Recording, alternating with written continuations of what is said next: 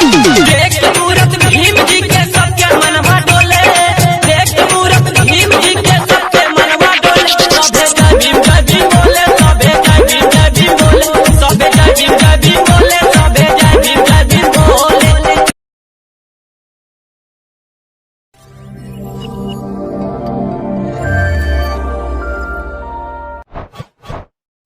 YSR Congress party के सांसद चिंता अनुराधा ने सरकार से आग्रह किया है कि किसी एक नोट पर संविधान निर्माता बाबा साहेब डॉक्टर भीमराव अंबेडकर का चित्र अंकित किया जाए। वाईएसआर कांग्रेस पार्टी की सदस्य ने लोकसभा में शून्यकाल के दौरान ये मांग की।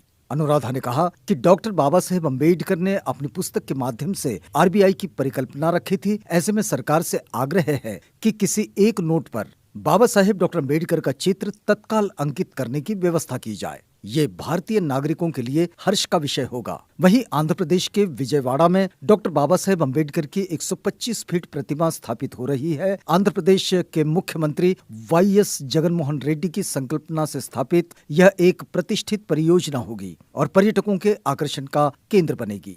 20 एकड़ की जगह पर एक सुंदर पार्क विकसित किया जाएगा, जिसमें 125 फीट की प्रतिमा आकर्षण के केंद्र के रूप में विकसित होगी।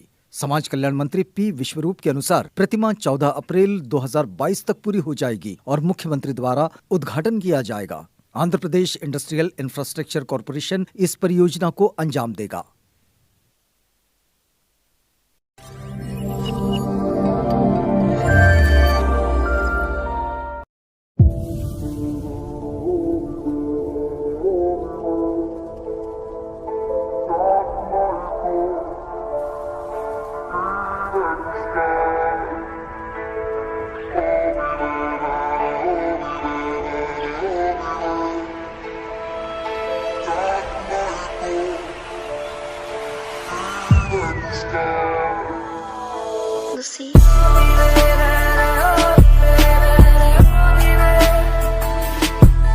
आप सब बच्चों को एक सूचना बताया जा रहा है और आज 23 मार्च है ना। तो भारत सरकार का तुगलकी फरमान जारी हुआ है कि आप सब बच्चों का विद्यालय फिर बंद किया जा रहा है क्योंकि कोरोना बढ़ रहा है। शांत रहिए कि आपका विद्यालय आज से 31 मार्च तक विद्यालय बंद रहेगा, ठीक है। और आप सब लोगों को बताना चाहेंगे कि यही काम पिछले साल भी हुआ था कि एक हफ्ते के लिए लॉकडाउन किया जाएगा जब आपका एनुअल एग्जाम चल रहा था, और तब से लेके पूरा साल जो था वो विद्यालय बंद हो गया, जिससे आपकी पढ़ाई बहुत ज्यादा नुकसान हुआ। और इस साल जब विद्यालय खुला, आपने किताब कॉपी अपना सारा व्यवस्था कर लिया, तब हमारे तुगलकी फरमान जो हमारे सरकार हैं वो अब आदेश कर दिए कि अब फिर जो है कि ये विद्यालय फिर बंद होगा।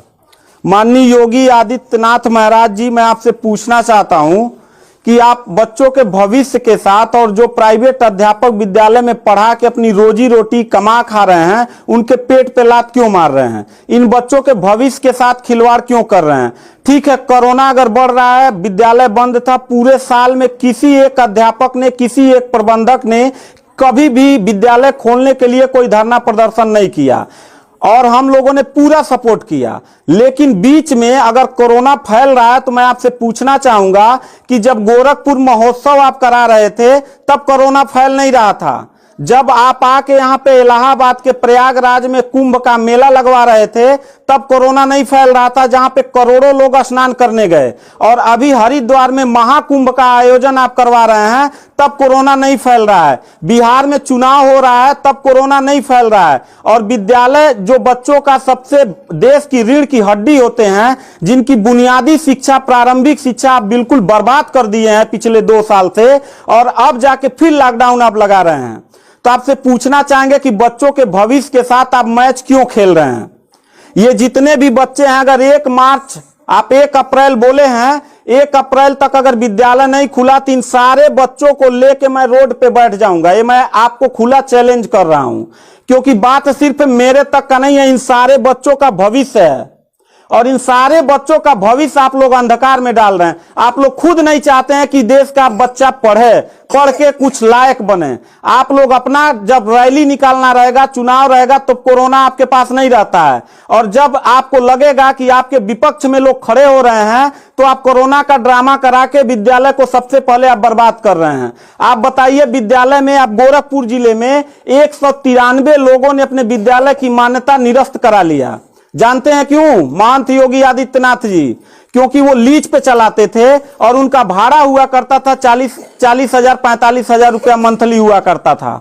वो भाड़ा न चुकाने के वजह से, चूंकि मालिक को भाड़ा चाहिए, उन लोगों ने अपनी मान्यता निरस्त करा दिया। और सरकारी जो स्कूल है उनकी हालत तो पहले से मतलब खस्ता हो चुकी है। तो ऐसे कंडीशन में गार्जियन करे तो क्या करे, और हम अध्यापक करे तो क्या करें। ये जितने भी 16-17 स्टाफ हैं, इन सब लोगों की रोजी रोटी चलती है इन बच्चों के और इस विद्यालय के संस्था से। आप लोग हमारे पेट पे प्रहार कर रहे हैं, हम लोगों के व्यवसाय से प्रहार कर रहे हैं।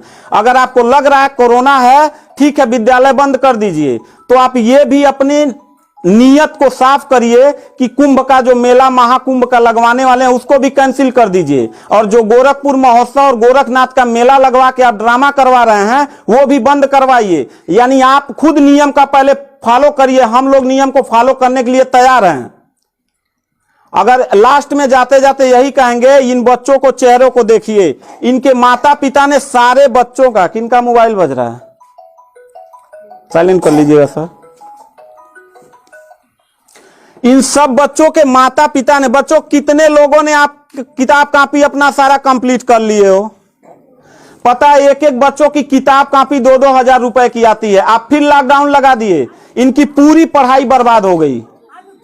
अब यानी आपने 1 हफ्ते का लगाया है, आपकी नीयत पे तो मुझे 100% विश्वास है ही नहीं है कि आप करोगे क्या। आप पूरे साल पढ़ाई बर्बाद करोगे। हाथ नीचे करिए। अब ये बच्चे करेंगे क्या? किताब लेकिन इनके गार्जियन करेंगे क्या? हम लोगों ने पूरा कोऑपरेट किया सरकार को। जितना दिन लॉकडाउन लगा था उतना दिन का मैंने पूरे सभी विद्यालय के लोगों ने शुल्क माफ कर दिया, क्योंकि गार्जियन के ऊपर कोई लोड न पड़े। हम लोगों ने टीचरों को पेमेंट नहीं किया, क्योंकि हम लोगों ने जब फीस नहीं लिया तो पेमेंट कहां से करें। हम लोगों ने पूरा सरकार का साथ दिया, जितना हो सकता था सब लोगों ने साथ दिया। लेकिन अब इतनी कंडीशन होने के बाद, विद्यालय खुलने के बाद आप लोग विद्यालय बंद कर रहे हैं, ये बहुत ही गलत कर रहे हैं। और आपका पॉलिटिकल जो फंडामेंटल जिस पे आप चल रहे हैं, कि जिन नियतों पे आपका बर्बाद होने वाला है, मैं लिख के आपको दे दूंगा कि अगर फिर से 1 अप्रैल के बाद, ठीक है, अगर 1 हफ्ते के रोकने के बाद कोरोना भाग जाता तो मतलब 1 हफ्ता आप बंद कर लीजिए, बिल्कुल हम लोग 1 हफ्ता नहीं पढ़ाई कराएंगे। लेकिन अगर फिर साल भर का ड्रामा आपने किया तो निश्चित तौर पे याद रखिएगा कि तानाशाही उतना ही अच्छा लगता है जितना तानाशाह के अंत होने का समय ज्यादा दूर हो, और आपका समय बिल्कुल नजदीक आ गया है। तो मैं उम्मीद करता हूं कि आप ये काम बिल्कुल मत करिएगा। 1 अप्रैल के बाद अगर विद्यालय फिर से आप बढ़ाएंगे तो इन सब चेहरों को देख लीजिए, और इनके गार्जियन को लेके, अपने पूरे स्टाफ को लेके, जिले से लेके मैं प्रदेश लेवल तक धरने पे बैठूंगा। इस बात को याद रखिएगा, क्योंकि सवाल यहां सिर्फ मेरे रोजगार का नहीं है, मेरे जितने सहपाठी और जितने मेरे कर्मचारी लोग हैं और इन बच्चों के पढ़ाई का भविष्य का सवाल है। तो मैं इन बच्चों को लेकर धरने पे बैठ जाऊंगा, और जरूरत पड़ा तो असंवैधानिक भी हो जाऊंगा। इसी के साथ मैं सरकार से रिक्वेस्ट करूंगा कि अगर 1 हफ्ता में बंद करने से कोरोना भाग जाता है तो हम सब लोग आपके साथ हैं। अगर नहीं भागता है तो 1 अप्रैल से छोड़ दीजिए। हम लोगों को कोरोना होगा, मरेंगे, क्या करेंगे वो हम लोगों की रिस्पांसिबिलिटी है। आपको इतना चिंता करने की जरूरत नहीं है, क्योंकि कोरोना में लॉकडाउन लगाने के बाद खाना हम ही लोग पहुंचाएंगे, लोगों के आने जाने की व्यवस्था हम ही लोग करेंगे, उनके दवा दारू की व्यवस्था हम ही लोग करेंगे। आप सिर्फ ड्रामा करेंगे, सिर्फ थरिया पिटवाएंगे और मोमबत्ती जलवाएंगे, इससे ज्यादा तो आपकी कुछ औकात है ही नहीं है। तो मैं उम्मीद करता हूं कि 1 अप्रैल के बाद आप विद्यालय खोल दीजिएगा। इन बच्चों के भविष्य के साथ आप लोग खिलवाड़ मत करिएगा। कुछ बात करनी है तुमसे, जरा ख्वाबों में आओ ना।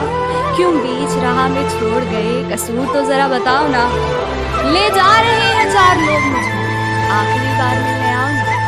हाँ माना कि अपनी गृहस्थी में बहुत उलझी सी रहती हूँ, थोड़ा समय निकाल मेरी मैयत पे अपना वो सफेद दुपट्टा उड़ा जाओ ना। हाँ आखिरी बार। शुक्रिया।